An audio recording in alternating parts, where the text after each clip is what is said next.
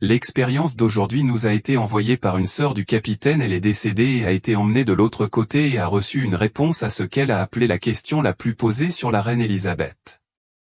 Veuillez rester jusqu'à la fin pour comprendre ce que Jésus a dit sur le sort de la reine Élisabeth après sa mort. Bonjour, je m'appelle Queen Philana. J'ai vécu cette expérience le 16 février 2024. Je passais ma journée comme n'importe quelle autre. J'avais récemment emménagé dans mon nouvel appartement et, dans le chaos du déballage et de l'organisation des choses, j'avais négligé un petit mais dangereux défaut dans l'une des prises électriques. Alors que je me penchais pour brancher mon chargeur de téléphone, je n'ai pas remarqué le câblage exposé dans la prise. Je me souviens encore de la secousse qui a traversé mon corps lorsque mes doigts ont effleuré les broches métalliques. Un courant, différent de tout ce que j'avais jamais ressenti, m'a traversé, paralysant tous mes muscles. J'ai essayé de crier, mais rien n'est sorti. Le choc m'a submergé et ma vision s'est brouillée alors que mon corps se contractait. Je me suis effondré sur le sol, incapable de bouger ou même d'appeler à l'aide. À ce moment-là, j'ai senti ma force m'abandonner. Mon corps s'éteignait et, malgré la peur et la confusion, un étrange sentiment de calme commença à m'envahir. Je savais que j'étais en train de mourir. Il n'y avait personne pour m'aider et je sentais mon rythme cardiaque ralentir et ma respiration devenir plus superficielle. Alors que j'étais étendu là, impuissant et en train de m'affaiblir, j'ai commencé à me sentir léger, comme si je flottais. La douleur a commencé à se dissiper et j'ai senti que je m'éloignais de mon corps. Lentement, tout autour de moi est devenu plus sombre, comme si un rideau se tirait sur mes sens. Le monde physique est devenu lointain et tout ce qui restait était le vide, un vide noir profond qui m'enveloppait. Je me suis retrouvé dans un état d'apesanteur surréaliste, suspendu bien au-dessus de mon propre corps. De ce point de vue, je pouvais voir ma forme physique gisant immobile en dessous, dépourvue de vie. Étrangement, je ne ressentais aucune tristesse, aucun attachement persistant à la scène qui se déroulait sous moi. C'était comme si j'avais transcendé tout cela, ayant dépassé les limites de mon existence terrestre. J'étais dans un royaume complètement différent, un endroit qui semblait distinctement libéré des lois de cette terre. L'atmosphère autour de moi était complètement calme, et la cacophonie du chaos qui m'avait autrefois englouti était maintenant silencieuse, ne laissant derrière elle qu'un profond sentiment de tranquillité. Alors que je flottais dans cet espace d'un autre monde, les environs commencèrent à s'assombrir, les ombres s'épaississant en un manteau de noirceur qui m'enveloppa. C'était lourd, presque étouffant, mais il y avait en lui une sérénité inattendue. Il n'y avait aucun son, aucune sensation tactile, seulement le silence expansif du vide.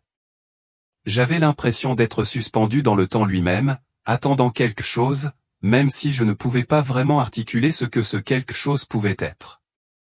J'étais parfaitement conscient d'avoir laissé derrière moi le monde familier, mais les mystères de ce qui m'attendait restaient enveloppés d'incertitude. En un instant, j'ai senti que je n'étais plus seul. Une présence rayonnante remplissait l'espace autour de moi, chaleureuse, brillante et débordante d'amour. Je n'avais pas besoin de voir pour reconnaître qui c'était, je savais simplement que c'était lui, Jésus. Son essence émanait d'une profondeur de lumière que les mots pouvaient à peine exprimer. J'avais l'impression d'être enveloppé dans une vague d'amour pur, de paix et d'autorité à la fois. Sa lumière m'enveloppa comme une étreinte réconfortante, et à cet instant, l'obscurité qui m'entourait commença à se dissiper. Sa présence était à la fois écrasante et tendre, effaçant sans effort toute trace de peur que j'avais jamais nourrie. Dans ce profond silence, il n'eut pas besoin de prononcer un mot pour que je comprenne que j'étais totalement en sécurité. Alors que je me tenais devant Jésus, une pensée qui avait persisté au fond de mon esprit surgit avec urgence. J'avais toujours eu une profonde admiration pour la reine Élisabeth, une figure que je respectais énormément, presque au point de l'idolâtrer. Cependant, environ un an auparavant, j'avais été confronté à une affirmation déconcertante, quelqu'un avait insisté sur le fait qu'il l'avait vue en enfer. Cette idée troublante m'avait hanté et troublé pendant si longtemps. Maintenant, debout en présence sacrée de Jésus, l'impulsion de demander pesait lourdement sur mon cœur. Où est la reine Élisabeth? Je réfléchissais, aspirant à la clarté et à la compréhension. J'espérais une réponse qui apaiserait mon âme et apporterait la paix à mon esprit agité. Jésus a choisi de ne pas répondre à ma question sur la reine Élisabeth de la manière que j'avais anticipée. Au lieu de cela, il a commencé à dévoiler une vérité plus profonde, qui transcendait ma question initiale. Il n'a pas parlé uniquement d'un individu, mais a fouillé dans l'essence même du leadership lui-même. Il a éclairé la compréhension que chaque position d'autorité ou que ce soit dans une monarchie, une démocratie ou toute autre forme de gouvernance a été établie par la volonté divine de Dieu. Le leadership, a-t-il révélé, n'est pas simplement une construction humaine, c'est un système ordonné par Dieu pour accomplir ses desseins sur terre.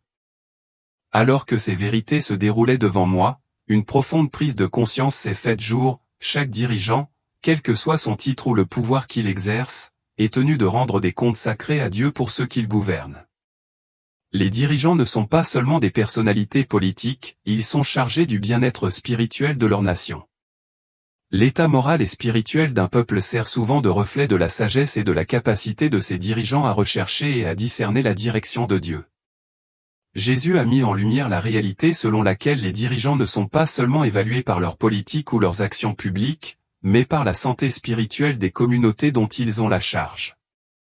J'ai commencé à comprendre que le rôle du leadership s'étend bien au-delà des domaines de la politique et du pouvoir, il incarne une responsabilité spirituelle importante. Les décisions prises par les dirigeants, tant dans l'arène publique que derrière des portes closes, ont de profondes implications pour la trajectoire spirituelle de leurs électeurs. Dieu attend des dirigeants qu'ils guident leur peuple vers la justice, et ils seront tenus responsables de la fidélité avec laquelle ils accomplissent cet appel divin. Alors que Jésus continuait à transmettre sa sagesse, il devenait de plus en plus évident que les dirigeants font face à une forme unique de jugement qui les distingue des autres.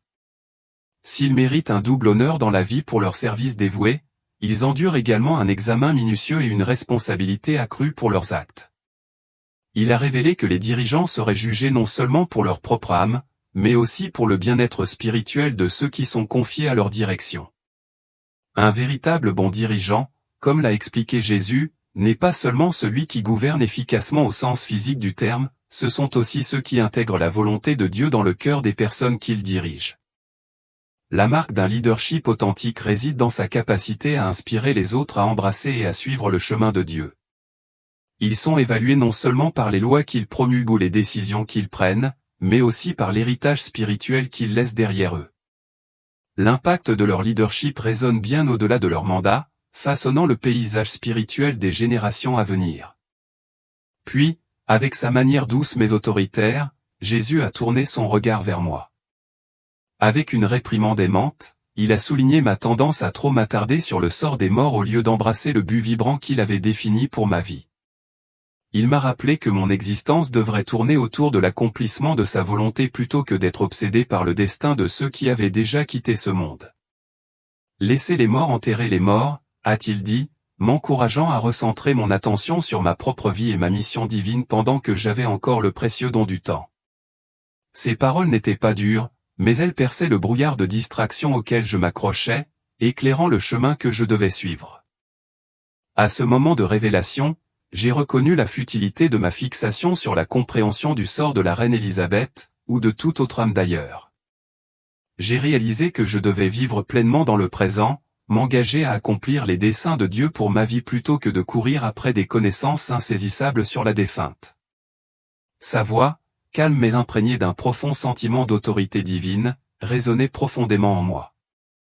Il m'a fait comprendre que même si je n'étais pas destiné à saisir toutes les réponses à mes questions à ce moment-là, il viendrait un moment quand le Père le voudra où il reviendrait me rendre visite à nouveau.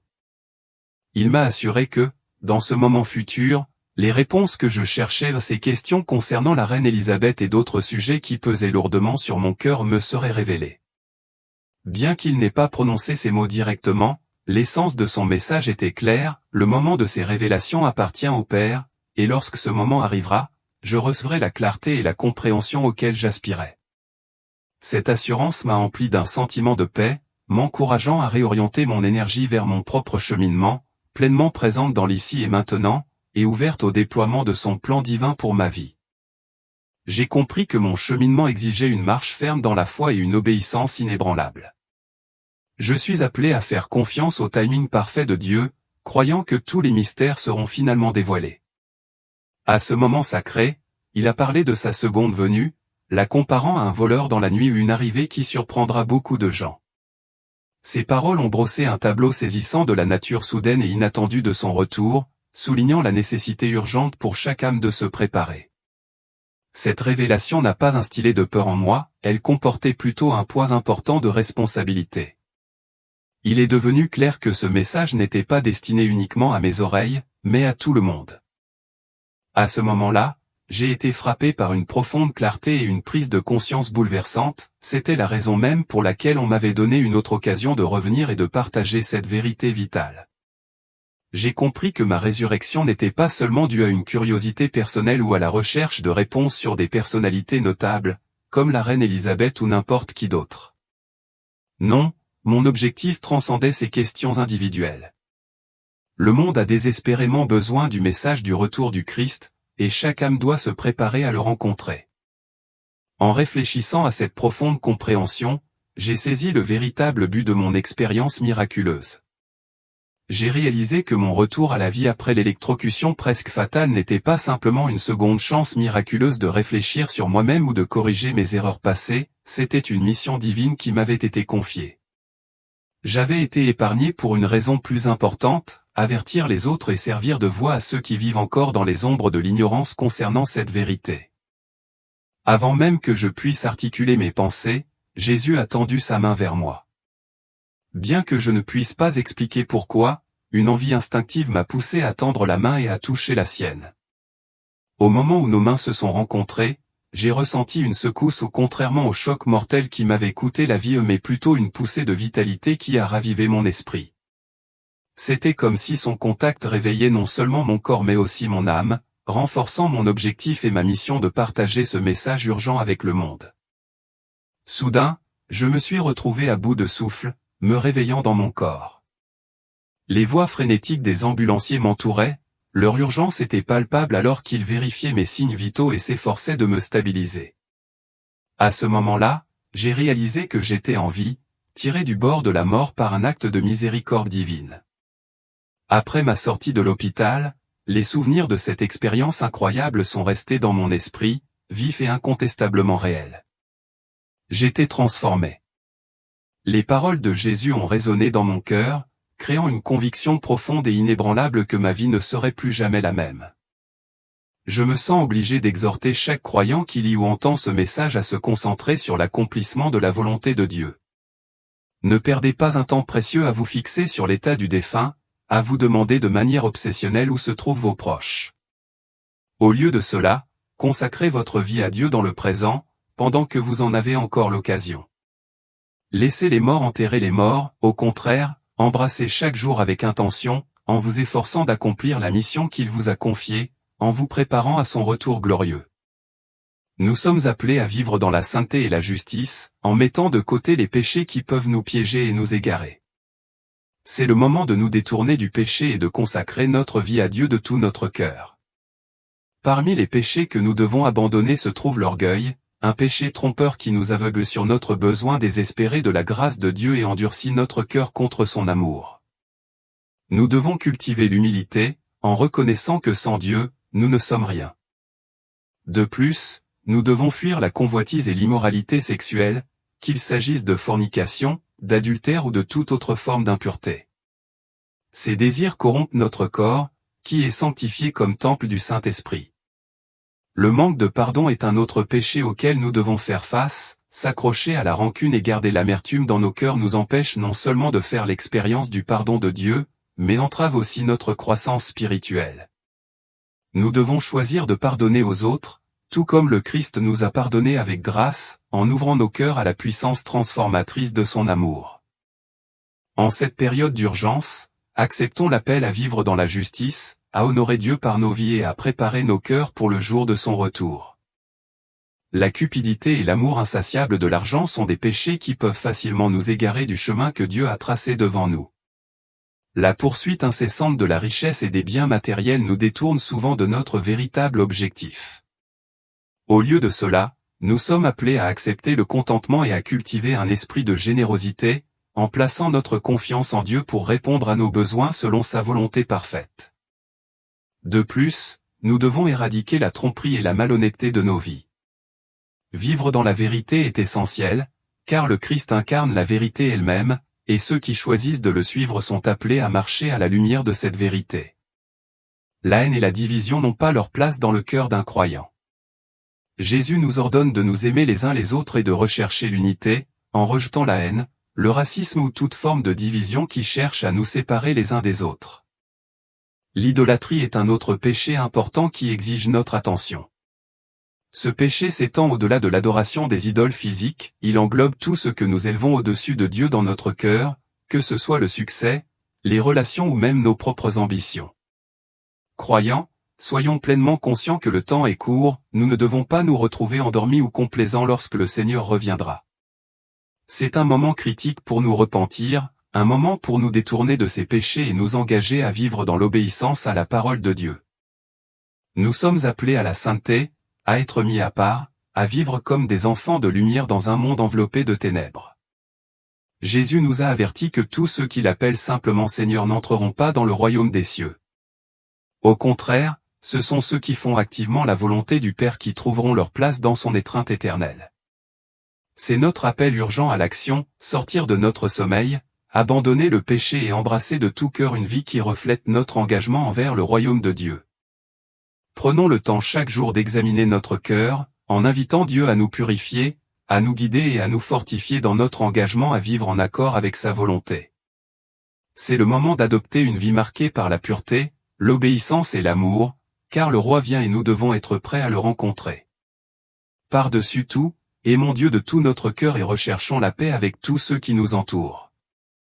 C'est le plus grand appel que nous ayons dans cette vie, et il nous sert de principe directeur.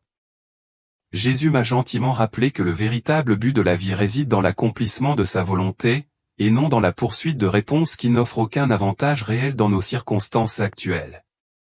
Consacrons-lui notre vie, car ce faisant, nous nous retrouverons finalement unis à lui après l'enlèvement. Je tiens à exprimer ma sincère gratitude pour être resté avec moi jusqu'à la fin de cette expérience. Ensemble, nous pouvons sauver des âmes en partageant ce message et cette vidéo avec nos amis et nos familles, en veillant à ce qu'eux aussi soient protégés du chemin de la destruction. Si vous n'êtes pas encore abonné à notre chaîne, je vous encourage à le faire, afin de rester informé chaque fois que nous partageons une nouvelle expérience inspirée par la révélation divine. Merci de faire partie de ce voyage, et puissions-nous tous marcher dans la lumière de son amour et de sa grâce.